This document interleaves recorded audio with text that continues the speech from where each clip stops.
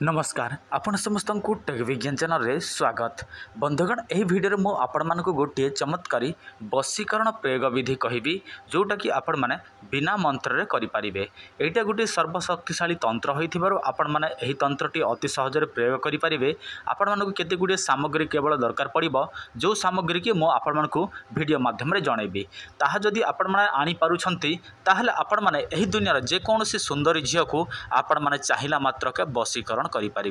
देखंतु आपण मानको एथिपाई अधिक किछि विधि विधान आवश्यक पड़िबो नाही, केवल मात्र मो आपण मानको जेमिति कहिबी आपण माने सेमिति ही करिवे। आ देखंतु एही प्रयोगटी आपण माने अति सावधान सहित करिवे। आ एटा झियो मध्य करि परिबो, पुआ मध्य करि परिबो। काहे कि ना आपण माने सावधान भाव रे करिवे नाही ताहले भूल भाल करिवे ताहले आपण मानकर वशीकरण हबो नाही। तेणु आपण माने जदि करिया पई चाहुछंती ताहले सर्वप्रथम मो आपण माने कोन कहूछि से सब संपूर्ण भाव रे बुझंतु तापर ही आपण माने प्रयोग करंतु। कहीं अधिकांश लोक मैंने अच्छा जो मैंने वीडियो को स्किप करी देखती आउे से वशीकरण करने चेष्टा करती फल से मैंने किसी करते ना कहीं मुझे जहाँ कि कही था से मैंने से सबको स्किप करती फल से सब जानती ना आउ से सब करते ना। तो चलतु जानी ना संपूर्ण प्रयोग विधि ता पूर्व आपण समस्त गोटे सूचना देखंतु जदि आपण माने काहाकू प्रेम करती से कौन सी झील हो कि कौन सी पुआ हो कि आपण स्त्री हो कि आपण स्वामी हो किंतु सी आपण को प्रेम करूना सी आपण सहित झगड़ा लगुच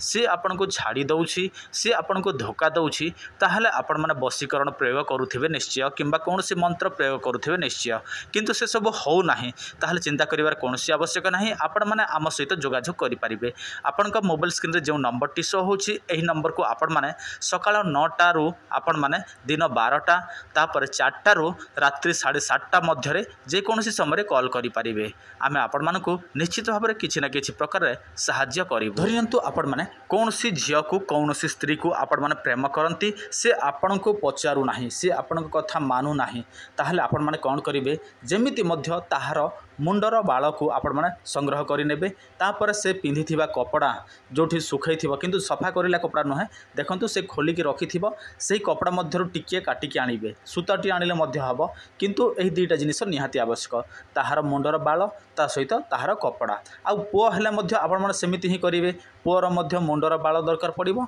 आउ ताहार कपड़ा दरकार पड़िबो। एइटा देखंतु जे कोनोसी दिन आणंतु जे कोनोसी समय रे आणंतु कोनोसी असुविधा नाही। आपण माने आनिला परे कोन करिवे सेटा को गोटे जगह रखिबे एवं सेटा दीटा को आपण माने जाली की भस्म कर देबे तापर आपण माने कोन करिवे निज देहर मैला संग्रह करिवे। आपण माने देखिथिबे निज देह रे एमिति घसिले मैला बाहरे सेटा किछि मात्रा रे संग्रह करिवे तापर आपण माने जदि पुओ ताहले आपण माने निजर